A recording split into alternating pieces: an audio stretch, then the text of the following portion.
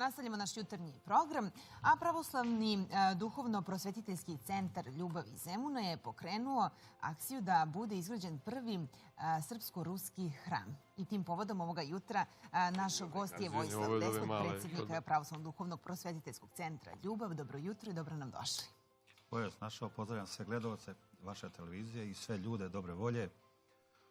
Kaže, posle 3 veka moment je za istoriju. Da. Ako se vratimo, znači, nazad u istoriju, znamo da prvi hram koji je sagrađen, znači od Saje Vladisavića u sadašnjem gradu Kijahti. Znači, to je bio hram... Na kineskoj granici. Tako je. On je razgraničio Kinu i Rusiju po nalogu Petra Velikog. Da, tako je. I taj je hram, kroz istoriju, obrušen, sad sam pokušao opet obnoviti tako. A za naglasiti u stvari da je ovo prvi srpsko-ruski hram gdje je posvećen svetom knezu Lazaru i svetom caru Nikolaju Romanu II. Hram se gradi u dvoltarnom stilu i valja naglasiti da je pređen se izgradi u srpsko-vizantijskom stilu. Znači, takav isto hram, prvi je u Rusiji. Gdje se on nalazi? On se nalazi nekih 120 km od Sankt Petersburga. Znači, mjesto zove se Kingesip. Kingesip, da.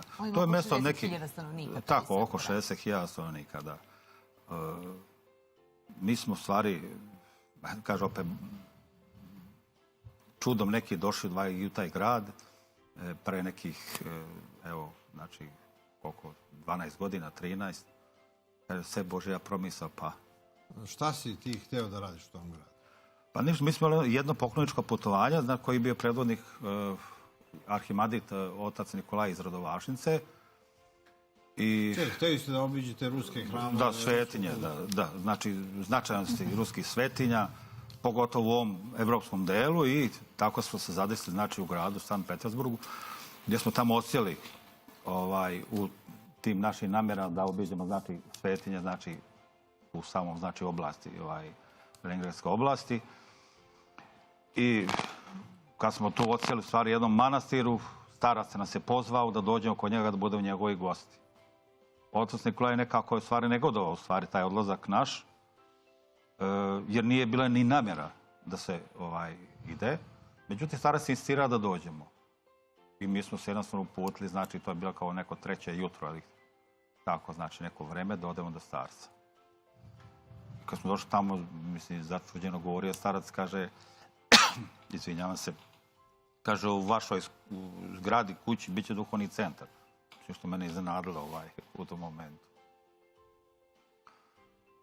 I eto, iza tog, znači, blagoslova njegovog viđenja... Šta je on znao o srpskoj kulturi, o srpskom pravoslavlju, o srpskim manastirima? Šta je ono vama znao uopšte? Ne znam, ja pretpostavljam ništa nije znao od mene, ali njegovo viđenje to je nešto drugo. I on je rekao da će biti tu i tako je to. Tako je. Ko je finansirao izgradnju tog hrama? Pa još nije, tek je hram u temeljima. On je, znači, u temeljima i sad mi krećemo, znači, sa nekom daljom našom akcijom, sa izgradnjom. Prošle godine je postavljen temelj, je li tako? Jeste, i osveštan, znači, temelj je osveštan prošle godine za Vidovdan. Pa samo inicijativu pokrenuo, znači, Pravoslavni duhovno-prosvetiteljski centar ovdje u Srbiji. Tamo, znači, po viđenju starcu, znači, Jesu javili naši biznismeni, ruski biznismeni, jesu javio neko ko želi da radi na povezivanju srpske i ruske duhovnosti? Pa ima ljudi koji su zainteresovani za to.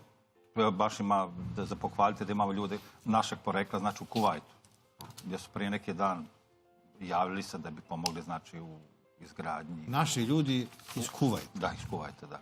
Gdje su oni čuli za vas?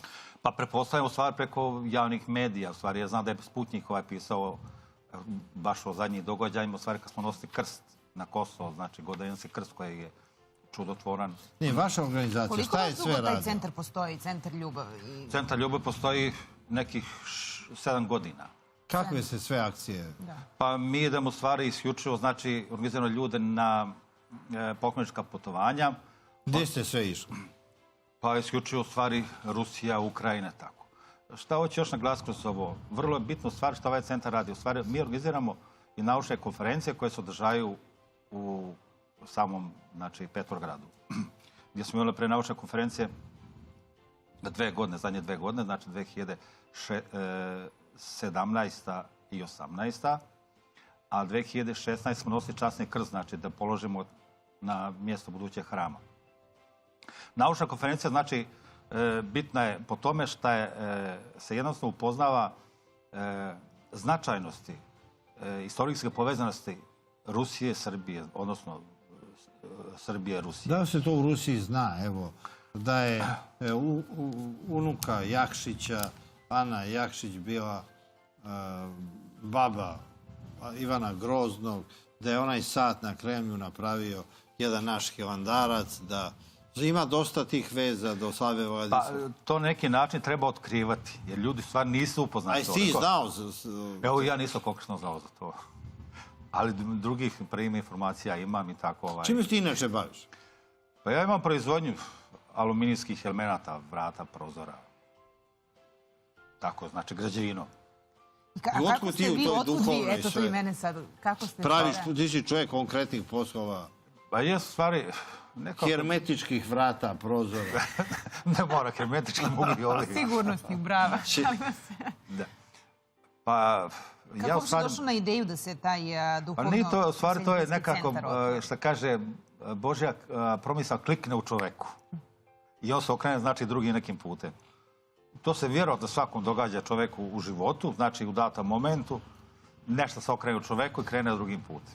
Jel vi sad očekujete da do same izgradnje tog hrama su potrebni investitori, je li potrebno nešto ili je to sad već negde u kom stadijumu trenutno? Mi na neki način sad, da ne kažem, prikupljamo ta sredstva. A je se Rusi javili da možda oni... Ima i Rusa isto koji se javljaju. Naprima naš jedan vrlo, tamo da kažem, poznat građan Mirko Ptica koji isto učestvuje u tome. Onda ima još ljudi koji se tamo, da ne kažem, neki nešto upoznavaju. Ali svakako je potrebno još ljudi. Evo, ovo je jedan od načina i prilike da čuju za vas i za vašu akciju i za vašu potrebu, pa možda se i javi. Hvala vam mnogo na pozivu i hvala ljudima koji se javljaju i koji su zainteresovani uopšte, znači, za ovaj vid, da ne kažem, pomoći. Hvala vama što ste bili naši gosti. Hvala najlepše. Hvala i vama.